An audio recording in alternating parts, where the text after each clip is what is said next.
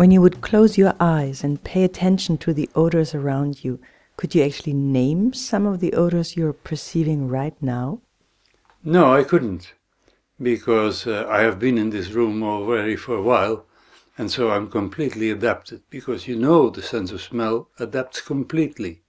And moreover, this is my room, it's my working room, and I have no unexpected smells here. And so that means that when I come in, there is really not something that excites me.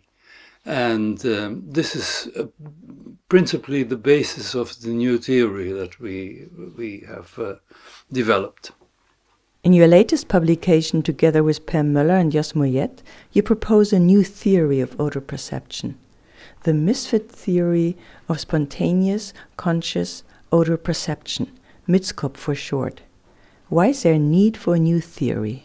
I think there is a need for a new theory because we have so far underestimated or misinterpreted the role that odor memory plays in our life. And actually the subtitle is Reflections on the Role of Memory in Olfactory Perception. Memory helps us not to notice odors. And that is a very special thing, because normally memory helps you to notice things, but in this case you do not notice the odors if they are known to you. And it's called the misfit theory because as soon as there is a misfit between your expectations and the odors that you encounter, you notice them. And you all of a sudden want to know where they come from. For instance, you do not smell your own house normally, but if you come into it and there is another odor, then you must go and find what it is. But if not, if there is no other odor, then you do not notice your house odor. They just give you a feeling of being home. Could you give me a short description of the theory? Well, the theory says that odors, when we smell an odor, the first thing we do is notice whether we had that odor or whether we never had it. And that is very important because olfaction is the guardian of the two most vital things that we do in life, breathing and eating. And it has to make sure that we do not poison ourselves. So warning is the most important thing. But on the other hand, if we would smell all the odors that we encounter, we would be overloaded with odors, because there are hundreds of odors in your house. Every moment, every corner has a different odor. So what the memory does in the first place is, when you know the odor, you don't give attention to it anymore. It blocks your attention for it. You can, of course, if you want to, you can always smell it, but it effaces the odor impression, the spontaneous one. So the word spontaneous is very important in it, because you still can perceive odors and you can remember odors, but the other thing is that these odors are always linked to the situation. Your own house is a situation you know, and you do not smell the odors. Houses of other people you smell immediately. And only when in your house there is a misfit, then you will smell it. And that is the quintessence of the theory. Furthermore, it is not so that you remember the odors when you do study odor memory. You remember the situations in which the odors belonged. And the odors themselves you can often not remember at all. But they bring you back a situation, and that is the thing that is remembered. And that is very different from what many people think. But people think that you remember the odor itself as such, but no. You remember the situations in which they came. You question the ecological validity of olfactory experiments which involve the identification of odors. Odors, you emphasized, were not meant for identification. Yet many experiments rely on exactly that feature. Did olfactory research take a wrong path? In a way it did, I think, because it was very much modeled after visual experiments or verbal learning experiments. And in vision you have objects that you can show and that people recognize. And recognizing and identifying is important in vision because you can see the things already from a distance. If you have, for instance, enemies coming toward you, it's very important that you identify what the enemy is. If it's a rhino coming running towards you, you better step aside. If it is a small fellow, you hit him on the head. If it's a very big fellow, you smile, and so your reaction to the possible danger is depending on your identification of the danger. In olfaction, that's not the case. In olfaction, if you smell an odor that you do not know, there's only one thing you can do, is keep your breath and get out, or spit it out if it is in your mouth. And so there is no need for identification in a way. And that is why we are so very bad at it. Most people cannot identify over 50% of the things that odors that they encounter. And it has also no purpose to identify. The French, of course, when they eat, they try to identify anything that is in the meal. And I am often with French people at the table. I myself come from a culture where you did not talk about what you eat, but the French do, and they often tell a lot of nonsense. But at the same time, but that is an intellectual game. It is not essential for the working of the odor memory and so on. So identification is a much overrated thing. And the funny thing is that almost all experiments on olfactory memory are about identification. And I think that is the wrong way, the wrong path indeed. Why is there relatively little research on unconscious odor perception? Because it's difficult. It's very difficult to find these unconscious things. And it's much more easy to put odors in bottles and put them in front of people and think that you are measuring what odors are in normal life.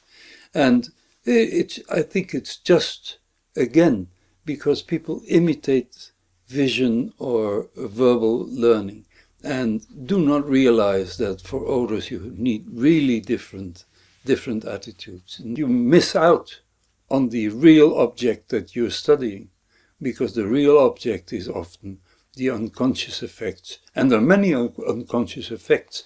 You know, recently in here in the Netherlands, Holland and his co-workers showed that if you put a bucket with a little bit of cleaning substance in the corner, that people will, after eating biscuits, will scrub their tables much more clearly than if you do not have that. And so these are that's a very good example of an unconscious effect, because people have no idea that the bucket is there, but the smell in itself, unnoticed as it is, makes them change their behavior. Which experiment was an important key to develop your theory? I think the most important point was the experiments I did with Joachim Degel. And we asked people to come into rooms and to do tests there. They were invited for that. And even the experimenters did not know that we had made a little odor. And the odor was so faint that you did not notice it. If you wanted to, you could smell it, but people never did. And so they worked in there and they did psychological tests, and they thought that was the purpose of the thing. And then we did another experiment with them, and that was tasting yogurts. And then we said, oh, before you go, maybe you could take part in another experiment that we have, and that is about how well odors fit to rooms. And you can make a little bit of extra money with that, and all people agreed to do that. And so then we presented them with 12 odors in bottles, among which was the odor that they had been exposed to, and that was either lavender or orange. And we exposed them to 12 rooms, photographs of rooms, among which was the room they had been into, and also another room in which they had been, but without an odor. And then, before we went on, we asked, oh, could you please identify these odors? So they had the 12 odors in front of them, they identified them, and lavender and orange are identified by about 50% of the people. And then we asked them, did you smell any odor in this building? And they had not smelled any odor in that building.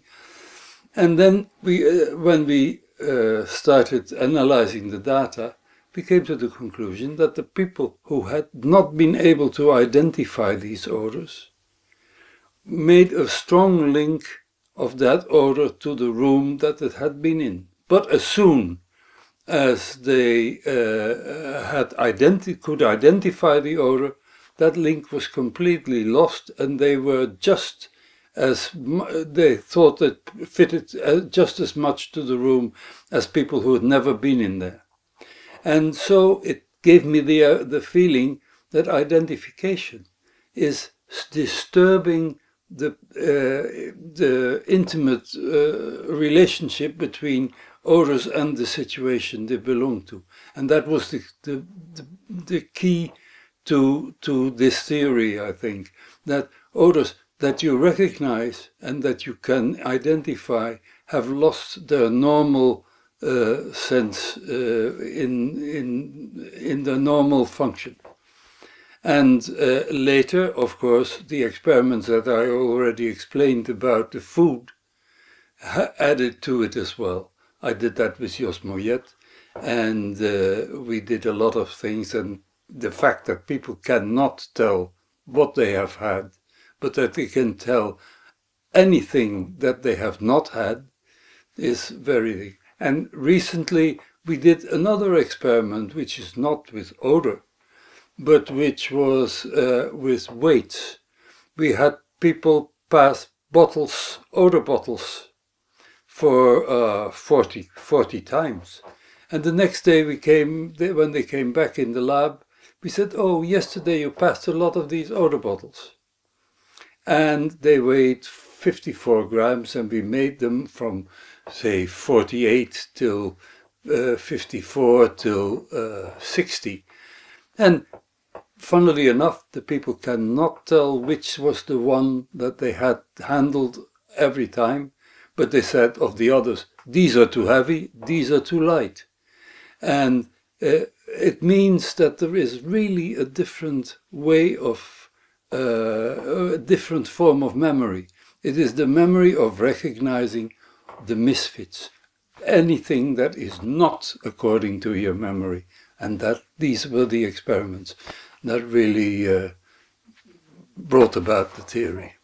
Is there a positive side of not having a strong conscious odor memory or olfactory engram? Oh, well, perhaps first of all, I explain what engram means. Engram is from the theory of odor objects of Stevenson and Boakes, and they say that the pattern of glomerular responses, which are the direct reflection of the receptor inputs is called the engram. And they think that the engram forms a sort of odor object and that the engram as such is remembered. But in our theory, we say it's not the engram itself that is remembered, because we often do not know what it is. Anything that is new, anything that is not the engram that we had before, is noticed. And this has the great advantage that we do not carry all these engrams with us in our memory, but that they just in the beginning they're checked whether they have been there before or not. And if they have been there, we do not carry them, but we carry the situation in which they occur now. And so for next time, but we do not remember as such the engrams. And it has the advantage of using a lot of, not using a lot of ballast in our brain. I think it's a very effective method. So what we do is we detect change and newness instead of recollecting that what we had. And another thing is there are many arguments for that. For instance, in normal learning procedures, if you make a series of things, you know best what was in the beginning and what was at the end. That does not exist in olfaction. In olfaction, you remember everything as well and as badly as because you do not remember the engrams. So the only thing that you remember is what it made you think of, and that could be in the middle just as well as somewhere else. Gaillet-Touran and colleagues showed that waiting in a pear-scented room led to more healthy food choices at a dinner later on.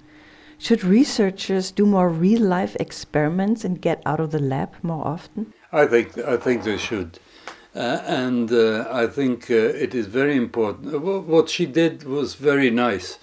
She had invited people to come in for dinner, and then they said, "Oh, I'm sorry, it's not completely ready yet." And they put them in a waiting room.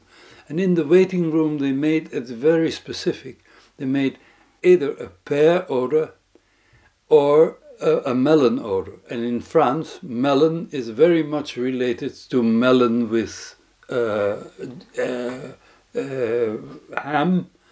And so it is an entree, and pear is only a dessert.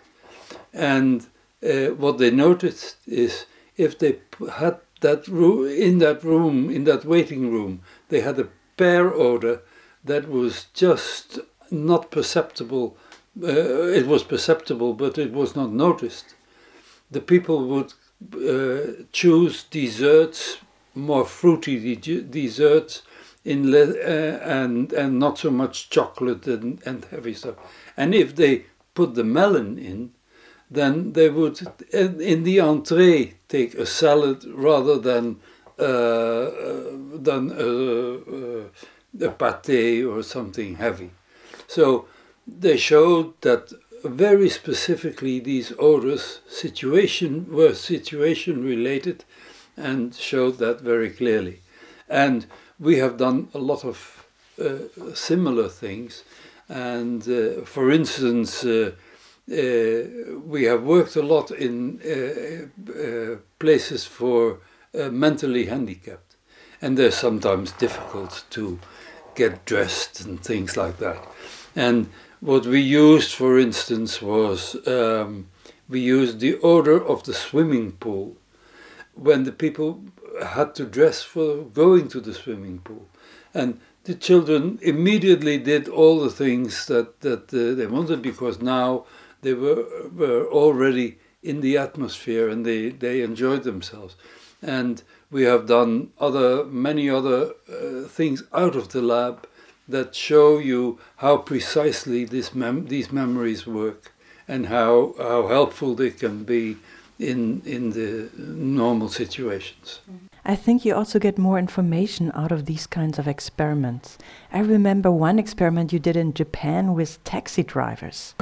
Yes, oh, that was funny. Yeah, well, at that time I worked with Naarden International, and they were the number 4 in the world, and we wanted them to become number 3, of course. And so we tested a lot of odors in different countries, and we wanted to know how acceptable certain odors would be in the country. And one of the things that we did in Tokyo was we put someone at the taxi stand, and he gave the people of the taxi drivers, he gave them little odor things in the car. And the only thing he did was stand at the taxi stand, and when they came back, control whether the odor was still in there or not. And it was a perfect way of seeing which odors could be accepted in Tokyo and which not. Because as soon as there was an odor that was a little bit strange and unfamiliar to some person would say, "Oh, that's a nice odor," or they would say, "Oh, what a strange odor you have," and it would be taken out. And so we got, for very little money, we got a lot of information. Another thing we did in that way was we had 3 ladies who went around the world with photographs of typical applications of odors. For instance, a very good photograph of a wash basin with a piece of soap on it, or a cleaned floor. And then they had 20 of these photographs, situations, and they had 50 odors, and they had 100 housewives in the different countries, and they asked the housewives, would this fit to this situation, these odors? And in no time they had all the data on that. And you find out, for instance, that in Spain a toilet should not smell of citrus. It should smell of a warm, flowery odor. Whereas in Germany, citrus would be the best thing in the thing. And the nice thing about it, if you ask people, and that is another thing, so since it is not a conscious thing, if you ask people, does this odor fit the toilet, without showing it, they would not know. But as soon as you made the right photograph, they recognized the situation, and they knew immediately, oh no, that odor not, that odor can go and the other one cannot. And that type of experiments have been very, very fruitful for the business as well. When situation plays such an important role for odor perception, how dangerous is it then to transfer the finding on odor or flavor perception from one country to another? Oh, not only from one country to another, you might even say from one person to another, because situations are not the context or something like that. Situations are the thing that you have given a meaning. It is the meaningful situation that we measure. So people differ a lot in the meaning that an odor has because it is linked to their personally lived situation. And we should do much more situational research. And I have at one time proposed situational analysis as the best way of dealing with consumer problems as well. We should know how often, for instance, people eat alone in the kitchen, or eat with friends, or eat with in an official meal, and they should know whether the things that we propose to them are appropriate for these different situations. And that would give a much better idea of what is the chance that these people will eat these things, than just asking, do you like it? And then also, do you like it for the first time that you eat it? Because if you have eaten it several times, you may have a completely different view. So it is, of course, it's dangerous to transpose data from one set to another. We know that certain odors have very special meanings in other cultures, but also they have very special meanings for you and me and all the people around us. There are, if you think of the Proust phenomenon, Proust tells that he dipped a Madeleine cookie into linden tea, and all of a sudden he was placed back in the room of his aunt in Combray before Mass on Sunday. And that type of experiences are very, very personal. And so you cannot say that odors are the same for everybody. Things that we see are much more the same for everybody. Vision has certain laws. We see in the same way. Unfortunately, we all learn to see depth in the same way. Otherwise, we could not cross the street without being overrun, perhaps. But in olfaction, we all have our own olfactory world.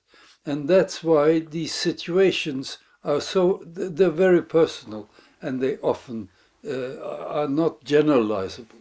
What are your recommendations for future research on odor memory? Well, first of all, I think people should realize that memory of odors is something that we make implicitly, and that means without any intention to remember or to memorize. And all experiments that are trying to make people memorize something are ecologically non-valid, because normally we do not deal with odors in that way, except if you are a professional in the field, but otherwise you do not. So implicit learning is the essential thing. Then later you can try and find implicit methods of checking the memory, or you can do it explicitly. It's not bad to do it explicitly, because you have already captured what was the normal way of memory gathering. And it is important to check often how people remember things. For instance, in the food industry, it's very important to know how your food is remembered, and and you can do the following thing. After a while, you can give people again the same food and say, "You tasted this with us. Is it now better or worse than it was when you had it in the meal that we gave you?" And if they remember it better, then it means that their memory for it was not a very good one. And if they remember it as much worse, then it is very dangerous, because if they buy it again and they eat it themselves again, they may have a deception. And so it is very important also in practical things to check afterwards in things that have been implicitly eaten or smelled, etc., etc. Do you have any special advice for young scientists who are doing food and consumer research? I think one of the most important things is not to trust perception alone, and just to measure how people perceive it or how much they like it, and certainly not how they like it the first time. It's essential that people that taste something for the first time, they do not know what they're tasting, and it takes time, and they should at least do repetitive experiments, and then see also how the things that people taste are remembered. So not perception alone, always implicit memory, and follow the development of liking for a product over a number of cases in which you learn to understand it, because many new products are not understood immediately, and people learn to see it better, and in many cases it will, if it is a complex one, it will become more and more liked, and if it is a simple one, it will bore you to death in no time. Think of muesli bars. Muesli bars, when they first came out, everybody loved them. Nobody ate more than 5. And that it was a lesson that they should have tested that a number of times. And that is what I think is very important. And unfortunately, modern marketing research does not do that. They go on first impressions only. And that is a very, very bad way of doing research. Epp, thank you very much for the interview.